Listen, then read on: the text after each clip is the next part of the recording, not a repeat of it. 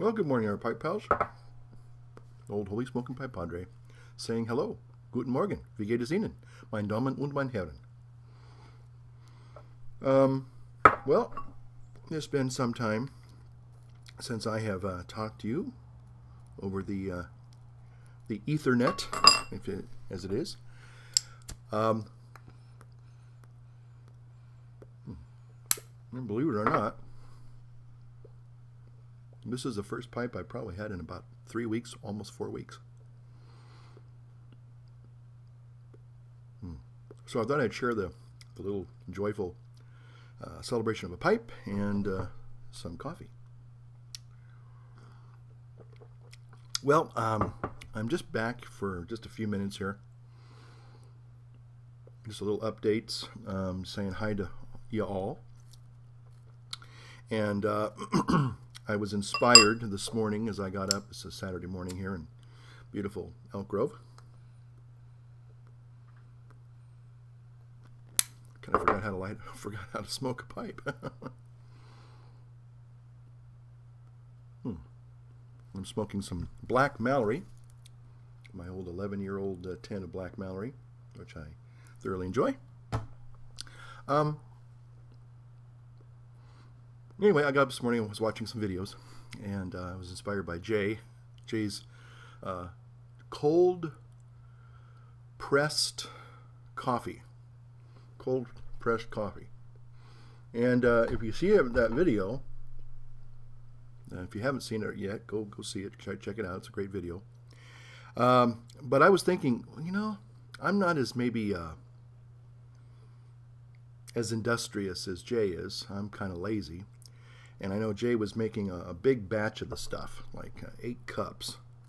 And I guess for every 4 cups, you put 1 cup of coffee grounds, which you do. You go see the video. It's pretty self-explanatory. Then you put it in the refrigerator, let it sit overnight. And it makes some pretty fantastically strong brew. And once you filter it, I guess you can heat it up.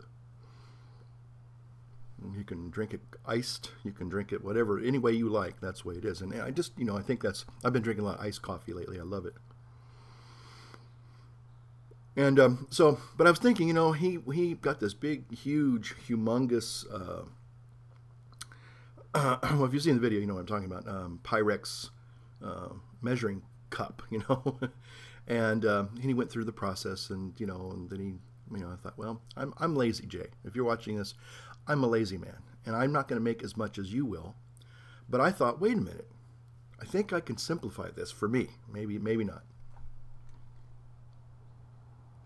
That's right. Just take your grounds, put them in the water there, and then put it in your refrigerator overnight, and then the next morning you just press it, and you're done.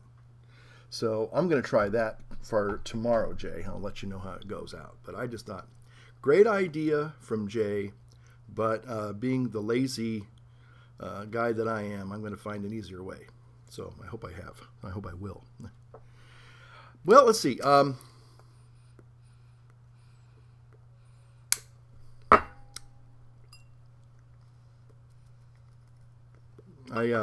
noticed that I'm not the only one that's been a little bit AWOL, absent without leave.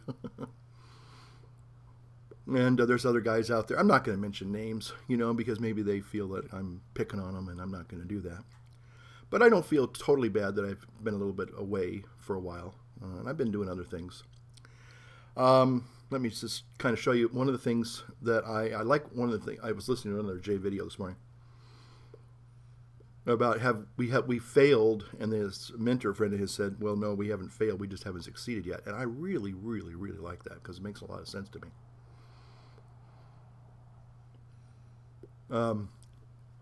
And one of the things that I've been doing the last few weeks, I've been really getting myself into Photoshop and Adobe Illustrator and After Effects and, of course, Final Cut Pro. And some of you have asked me to do an actual little video tutorial on how to do a green screen in Final Cut Pro 10. And I will actually do that. It'll probably be just a couple of minutes long. It won't be a big, long thing. Not like most of my videos. But anyway, I'm just been really getting into Photoshop and learning finally learning Photoshop. It's such an awesome program.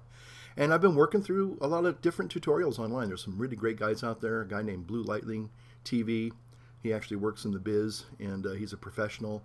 He's got awesome, excellent videos. If you want to learn Photoshop, just go to his videos and start working through the tutorials. That's all you got to do, and you'll pick it up pretty fast. Now, there's a lot of stuff in Photoshop I probably will, is going to be beyond me for a while, but still, I'm learning the basic things, and just you learn by doing. Isn't that the truth? That you learn by doing. One of the things that I have wanted to do, and I had the opportunity presented to me about 2-3 months ago,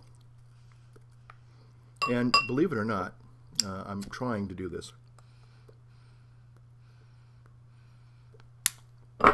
And that is, I'm trying to pick up where I left off a long time ago, to learn a foreign language. And the language, of course, I'm learning. Now, some people think it might be Spanish because of being in California.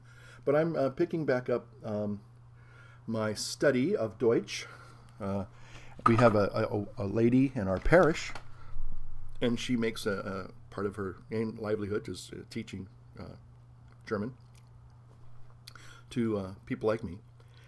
And all I can say is just simply is I started that in high school, and I never really quite got it. And I've got little smatterings of phrases, and it's just something about learning another language is very, very important. And I really want to take this opportunity to really apply myself and to try to learn, actually, just to be somewhat basic conversational, and really be able to speak another language. Now, I won't be able to be as beautifully articulate in German as Herman is in English, Herminator, but at least to be able to truly have a real conversation in another language, and to really be able to speak to somebody, not just throw out phrases, which is what I do, learn a phrase here and there. And I mean, sure, you pick up a little bit of an understanding of the language, but you really have to get into the grammar, which is what I'm doing now. And my teacher says, because to me it's like hand and finger exercises. It's like scales. It doesn't really seem to. I'm not speaking it, but deep down inside, I'm as I go through the exercises and speaking, listening to her. That's the other beautiful thing is she's a real person with a true German accent. And so hopefully I will pick up the correct pronunciations, not an Americanized, which is something I really never did like. I always knew that what I was learning was somehow secondhand. It wasn't first generation, if you will. And so anyway, that's something I've been doing. I also got a new in 205 tablet for my Photoshop work, and learning how to use that. Again, that's a different thing too. So those are just some of the things that I'm doing. I want to also, I do want to send a little shout out to Aaron Prebill, who started seminary. Sounds like he's doing having a lot of good first few weeks there in his formation. So I wish him well, Aaron, if you're out there. God bless you. So don't take any I was going to say, don't take any wooden tautologies, I guess, or philosophies, whatever. Wonder if they allow you to smoke. I mean, I was able to smoke in my room in the seminary, but he might be going to some new seminary that's a little more stricter than mine was. So, anyway, good luck to you, Aaron.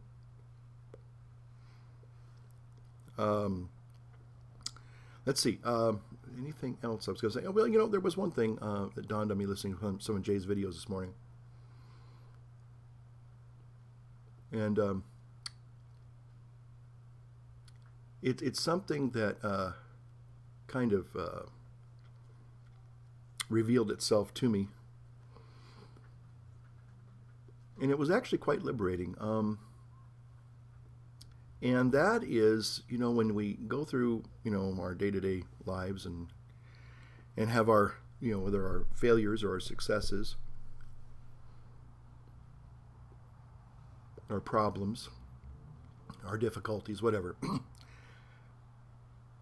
and this just hit me, just literally, just after watching Jay's videos. I mean, it was just kind of like, wow, I never really thought of it that way. But sometimes, now this doesn't apply to everything in our lives that's difficult. But there are some things in our lives that we struggle with, and I struggle with lots of things. But it just dawned on me that if I just walk away, it's over. Now, that might sound kind of, what do you mean walk away? Well, there are just some things in life. Now, for example, if you have physical ailments, or you've got physical problems, obviously it's hard to walk away from those. But there are some things in our lives that if we look at it and really, just say, okay, you could ask yourself, could I mean, and I'm not saying those of you guys who are married, I'm not saying walk out on your wife. I'm not saying that.